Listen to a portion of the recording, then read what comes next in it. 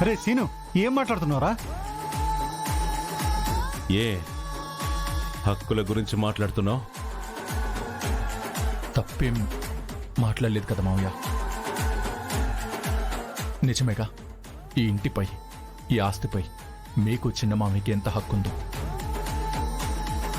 మా అమ్మకు కూడా అంతే హక్కుంది.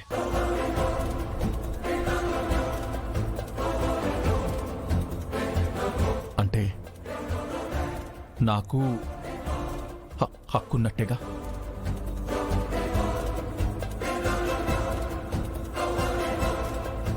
మీకు మేము నచ్చకపోతే ఆస్తుల్లో పంపకాలు చేసి పెట్టండి.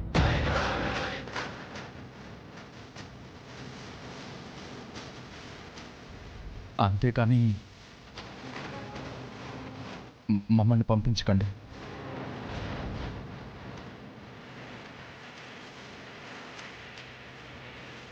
సీను, ఏం మాట్లాడుతున్నావు? సీనయ్య, ఎందుకు ఇలా మాట్లాడుతున్నా? పదండి. అత్తయ్య, దయచేసి నా కట్టురా. ఈ విషయంలో నేను ఎవరు చెప్పినా వినదలుచుకోలేదు.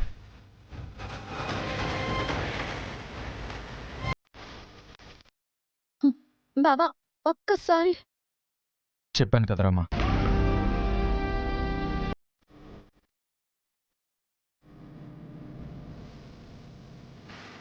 నేను కూడా నీ నోటి నుంచి ఈ మాటలు వింటానని కళ్ళు కూడా అనుకోలేదురా.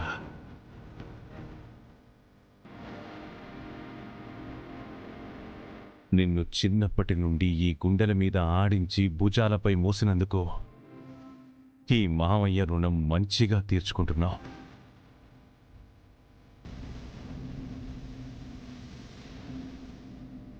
పద్మా, నా తోబుట్టువైన దానికి ఈ ఆస్తిలో భాగం ఉందని నాకే గుర్తు చేస్తున్నాడమ్మా నీ కొడుకు. అన్నయ్య, వాడు మూర్ఖుడు అన్నయ్య. బుద్ధి లేని పని చేసింది చాలక అడ్డమైన మాటలన్నీ మాట్లాడుతున్నాడు. వాడి మాటలు నువ్వేం పట్టించుకోకన్నయ్యా. శ్రీను, కాసేపు మాట్లాడుకుంటా ఉండు. నువ్వాగమ్మా. శివరాం,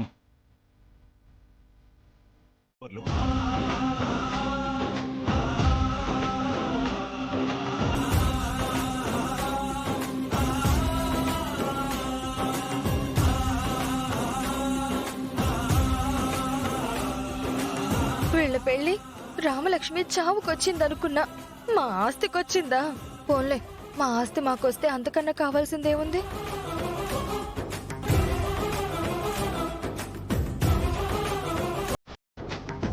వెళ్ళు. ఆగరా.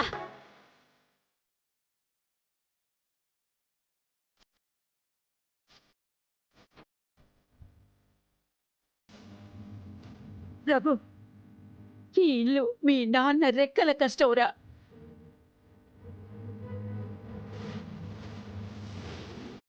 నా కడుపున పుట్టిన మీ ముగ్గురు జీవితాంతం ఇదే ఇంట్లో కలిసి ఉంటారని మీ నాన్న కలరా?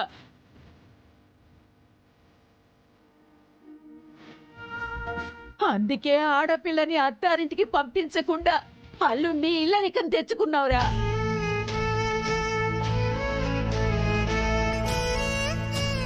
అలాంటిది ఇప్పుడు మీరు నా కళ్ళ ముందే ఈ ఇంటికి గోడలు కడతారా?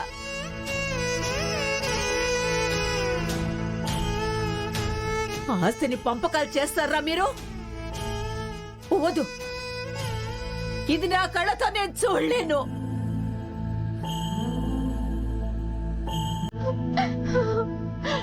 నేను కన్ను మూసాక ఇవన్నీ పంచుకోండిరా.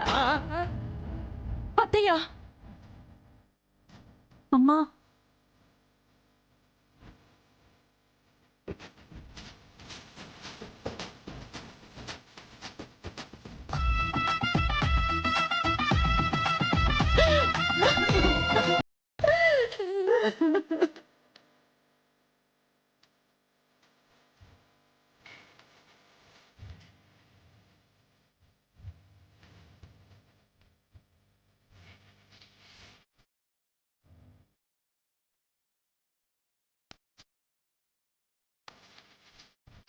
అంటే నా ఆత్మాభిమానాన్ని, నేను వాళ్ళపై పెంచుకున్న అభిమానాన్ని చంపేసిన వీళ్ళు ముగ్గురు నా దృష్టిలో చచ్చి చాలాసేపయిందమ్మా.